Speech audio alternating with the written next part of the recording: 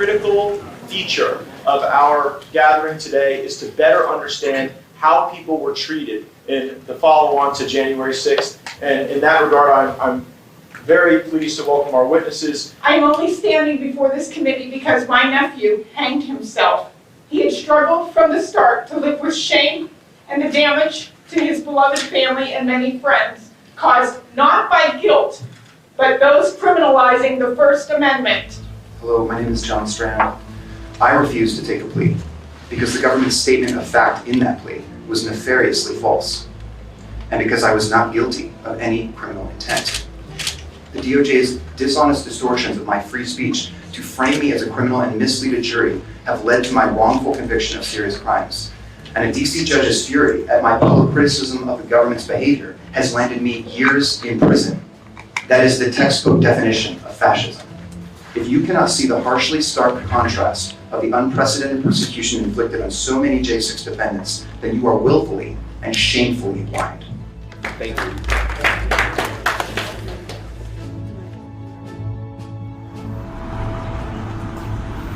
After months of being suspended without pay, the FBI whistleblowers we interviewed were called to testify before Congress. Today it's the American people. They're the target. You're not politically correct, you're not in line with what they think should be the political position, the proper position, you could be a target. And maybe what's just as frightening is if you're one of the good employees in our government who come forward to talk about the targeting, you then become a target. We've talked to over 24 whistleblowers, and today 3 of those brave whistleblowers and a lawyer who represents them will tell us their story. My colleagues have brought in these former agents, men who lost their security clearances because they were a threat to our national security, who, out of malice or ignorance or both, have put partisan agenda above the oath they swore to serve this country and protect its national security. Individuals have been determined not to be whistleblowers. These are not whistleblowers. They've been determined by the agency not to be whistleblowers. Are you deciding to be whistleblowers? Chairman Jordan, Ranking Member Plaskett, I think it's important that we recognize this hearing for what it actually is. Make no mistake, this hearing is a vehicle to legitimize the events of January 6th. It was a shocking moment of political violence, and many of us on this dais, including myself, were there that day. Mr. Allen, is your account at Marcus A970-50645? That is absolutely not my account. Okay, that's not your account. Well, on December 5th, 2022, an account under the name Marcus Allen retweeted a tweet that said, That is not my account, ma'am. You haven't let me finish the question, sir. Might have been the football player. It's really not fact-finding. It's just political theater. Thank you for addressing FBI malfeasance and allowing me to speak today. Aside from that point of gratitude, I'm sad, I'm disappointed, and I'm angry that I have to be here to testify about the weaponization of the FBI and DOJ. I'm here today because even though I'm wrongfully suspended from the FBI, I remain duty-bound to the American people to play my small role in rectifying these issues. I couldn't knowingly continue on this path silently without speaking out against the weaponization I witnessed, even if it meant losing my job, my career, my livelihood, my family's home, and now my anonymity. It's up to members of this committee, current and former FBI employees, and indeed all Americans, to ensure that the weaponization of our own government against the people comes to an end. Working as an FBI special agent was my dream job. My whistleblowing was apolitical and in the spirit of upholding my oath. The FBI is incentivized to work against the American people and in dire need of drastic reform. I sacrificed my dream job to share this information with the American people. I humbly ask all the members to do your jobs and consider the merit of what I have presented.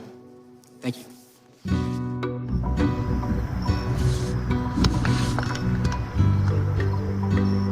The truth is like a lion. You let it loose, you don't need to defend it. It will defend itself.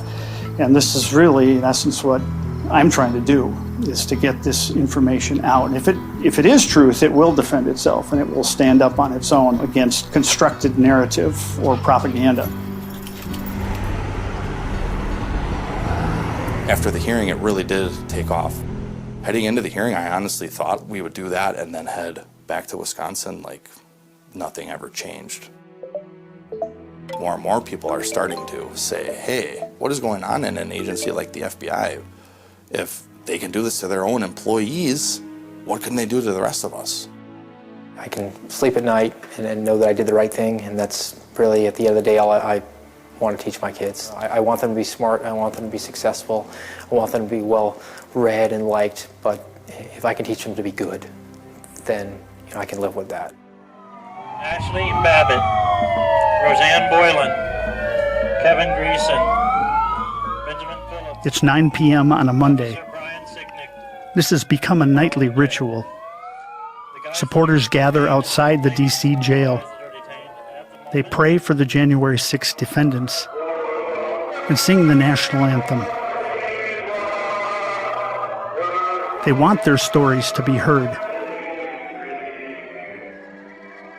Even from behind bars, defendants flash the lights to share this patriotic moment with supporters outside.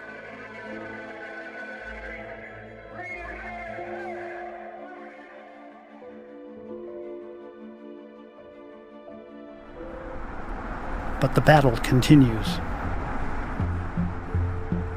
As I look back at all the people I've met on this journey, each of their stories is a reminder of the challenges we face in post-January 6th America. But the most inspiring part is that all of this hatred, fear, and widening division might have a solution. I've been amazed by the families who became closer, stronger in faith, and determined to triumph over any tragedy or injustice. I've seen firsthand how tribulation can lead to hope, and hope does not disappoint.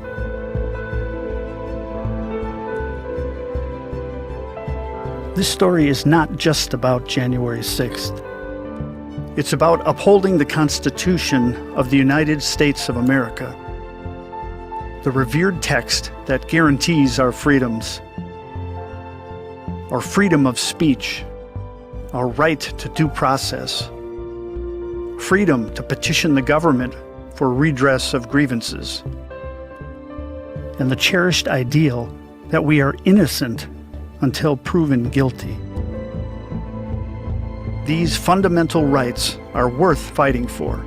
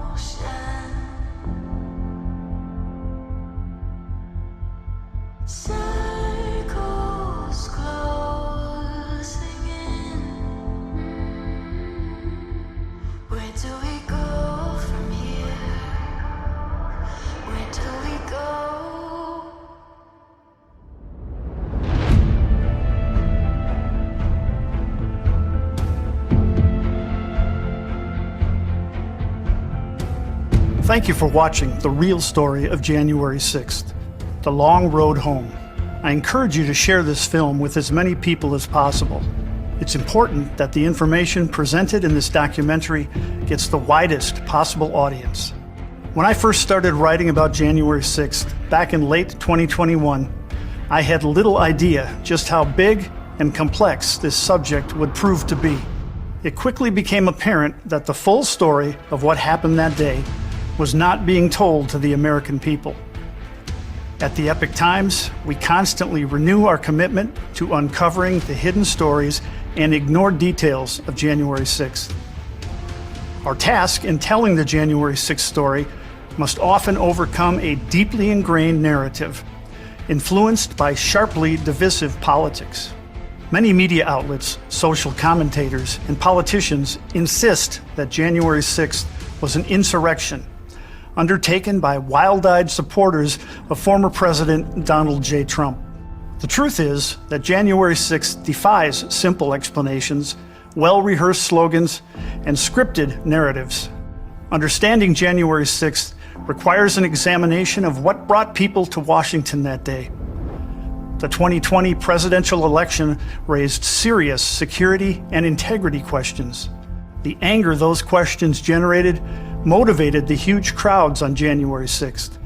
Simply dismissing those concerns as conspiracy theories, baseless claims, or misinformation only increases distrust, promotes division, and widens the societal chasm. Much of what happened that day has been hidden and suppressed. To fully understand this historic day, we need to unearth all of the details, find all of the videos, and publish as many personal testimonies as possible. That is why we made this documentary and why our coverage will continue unabated in print, online, and on television. 3 years and many hundreds of stories later, the effort to find the truth of January 6th has really just begun. Only through this painstaking and tireless process can we truly bring January 6th into focus. Please share by scanning the QR code or go to the URL below. Let all your friends and family know about the real story of January 6th. Thank you for your support.